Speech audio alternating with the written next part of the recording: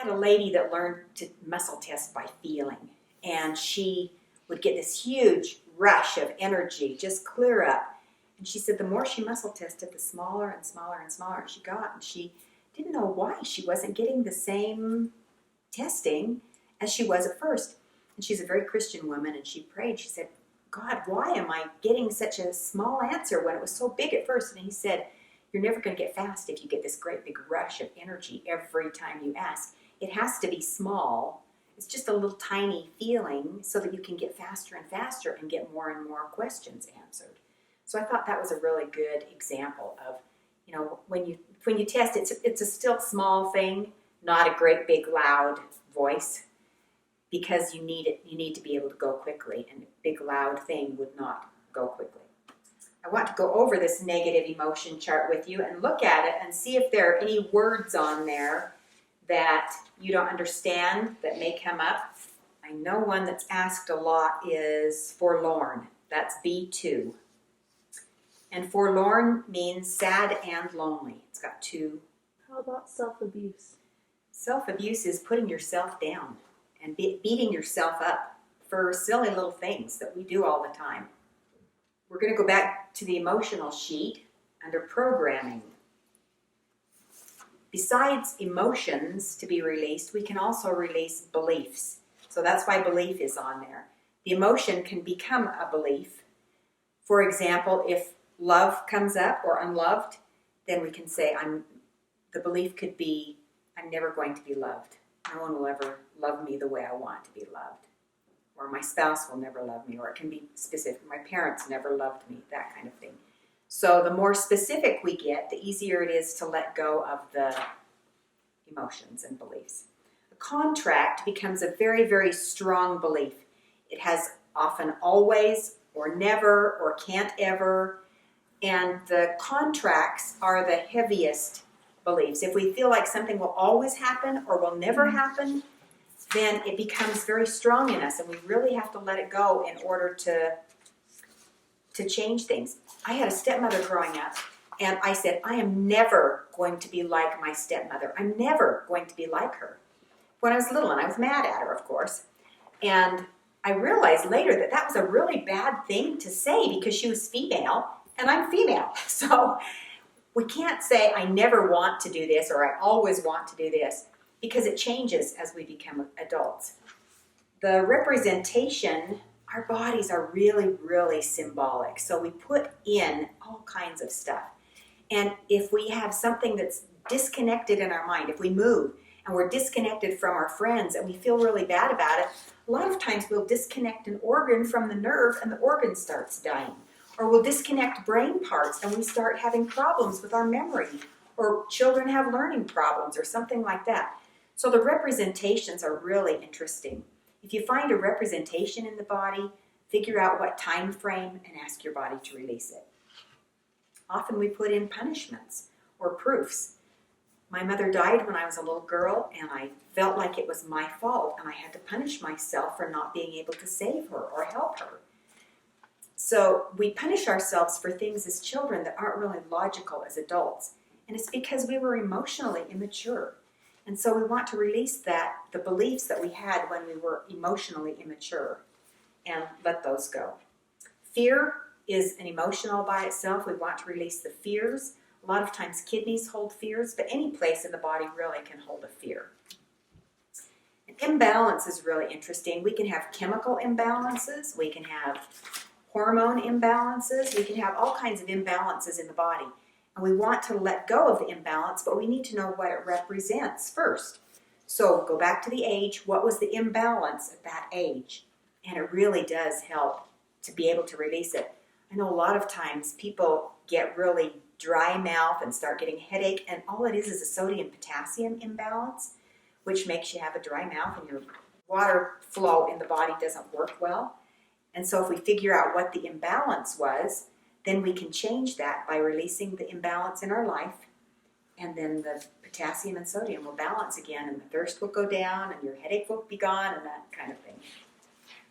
Ignoring is when you're visualizing what's going on in the body and you're seeing something is ignoring something else. And it's some time that we were ignoring, or someone ignored us more often, and we just felt like we weren't important anymore. So different body parts or glands or organs can ignore other body parts or glands or organs. Sometimes there's a fight or a conflict in our bodies, and we want to find a way to resolve the conflict from childhood or from young adulthood or whenever it was, so that we can be done with that conflict in our life. So many times people feel like life is a fight if they had a really hard childhood. They can't get done with the fight. They can't get out of the fight. And we don't want life to be a fight forever. We want our bodies to be done with the conflict and the fight. Yes, life is a journey. Yes, it can be an adventure. Yes, it can be hard, but it doesn't have to be a fight all the time. And then when people attack us, our bodies can put that in our immune system, and we can have antibodies against things that are in our own body, which is not healthy. So usually the immune system has some kind of an attack, so that it attacks things in our body. So we want to let go of the attack, whatever that is, and not feel like people are attacking us. A lot of times people run into us with their baggage, and we take it personally. I was at a seminar where a lady had all these stuffed grocery bags on her arm. She had like 3 or 4 bags on each arm, and she was mingling with people during the intermission, and she kept running into people with these bags. And she got up after that and she said, "How many of you did I run into with my baggage?" A lot of hands went up, and she said, "Were you hurt by it? Were you upset by it?" I said, "No, we just knew you had too much stuff on your arms." She said, "How many of us get run into with people's baggage on a day-to-day basis, and we take it personally? We don't see that it's just empty bags full of stuffing on their arms, and we take it personally. And it's not supposed to be personal. It's just their baggage.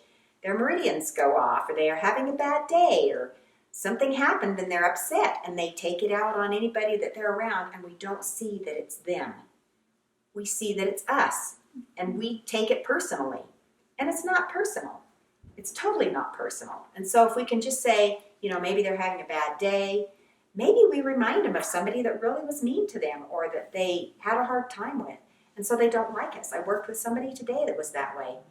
He said, "This person was really mean to me growing up, and I could never figure out why." And so I just did a little testing. Come to find out, she reminded them of somebody in her younger years, and so she just took a disliking to them. I mean, you've probably had the same experience. You just don't like somebody because they remind you of somebody. I have, and I just have to change the way I feel so that I can not associate with them and associate those two people together anymore. Sometimes there's a disconnect or too much connection. Often the nervous system does that. There's too much connection, which causes pain, or a disconnect, which causes the organs to die. So if you have 100% disconnect from the nerve and the kidneys are going to die because they don't get the life that they need. So if we keep disconnecting from people, it'll probably go in the same spot that you put the first one. And at some point, you're going to have a total disconnect. In your brain, it can affect a lot of different things. Your body, it can affect a lot of different things. They can take some of the body parts out, the gallbladder or the appendix or whatever, but you don't want to take everything out. You can't, because you die if you do. So if there's too much disconnect and something is dying, you want to get that connect back up again and working good again. Under blocks, there are several blocks that we can clear up. One of them is a death wish. I had a lady in a class that I was working with that had a drowning experience when she was 6. She just about drowned. And ever since then, she had heard voices in her head. And we cleared the death wish from 6. She just didn't want to be here after that. And she said, "Those voices in my head have stopped," which I thought was really interesting. And part of that was probably her spirit and body just weren't really connected very well, because her spirit wanted to be someplace else. And that clearing that death wish changed that for her, and she was able to feel like she could be here. Sometimes we need to change a definition or a word or an idea. I had a man that I was working with that had been divorced, and I told him he needed to forgive his ex-wife. He said, I can't forgive her. And I said, "Why not?" He said, because I don't want anything to do with her. And I said, what do you feel like forgiveness is? And he said, forgiveness means you have to have a relationship with them again. I said, no, that's not true. You don't go back into negative things just because you're forgiving. Forgiveness is just giving it to God and letting Him take care of it. That's all. It's just not hanging on to it anymore. It's giving it to God. And he went, oh, you mean I don't have to be your friend? I said, no. He said, oh, I can do that then. I can forgive. And I've had the same thing a lot with love. People have a hard time with the definition of love if the people they loved were unkind to them. So you have to talk about what's your idea of love and what do you want it to be instead. And we can change that definition so that we can release those negative emotions that were in them. There are different times that we need to find on a timeline sometimes. There are a soul level. Soul is pre-earth, before we ever came to earth. And the biggest thing that happened on a soul level is the war in heaven. Or I think we had a little interview with God, and He showed us a little bit of what we were coming to, and some of us didn't like it very much. So there can be emotions on the soul level that way. There's a history level, and history can be the history of our ancestors. When we have DNA, it affects the body. When we have it on a history level, it affects our energy field, and then it will affect the body. So if it's on a history level, it can be from our ancestors, or it can be the history of a certain people. It can be a religious history. I worked on a woman who was Jewish, and she had massive amounts of history level stuff. The blacks had a lot of history that we need to release a lot of because of all the slavery. So a history level can be also if that person was a guardian angel to someone and started picking up on the person that they were a guardian angel to. I see that sometimes. Who knows why they picked up on it? Maybe they were a guardian angel. Maybe there was a past life. I believe that it's a possibility, but not necessarily. So some people may have had past lives, if they were killed too soon, or some people think they go round and round. It doesn't always come up as a past life if it's history. History can be picking it up from other people as well. Sometimes I get the history of people who were abused, or the history of, I got one today, the history of people who were single mothers. Because I think when God showed us what we were coming to, we started watching people who had the same problem, and sometimes we started picking up on their problems and the struggles that they had. So that can be a history level as well. And that was all before we came here, but it's still history. The generational stuff is next, and we can get stuff many generations back. We get more closer up, but I've had to clear stuff from 8 and 10 generations in my line, and it's same thing, emotions and beliefs that we clear from them so that our DNA can change.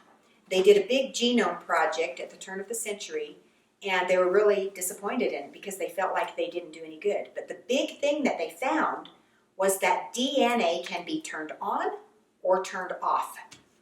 And so we want to turn off the negative DNA that we have from our ancestors.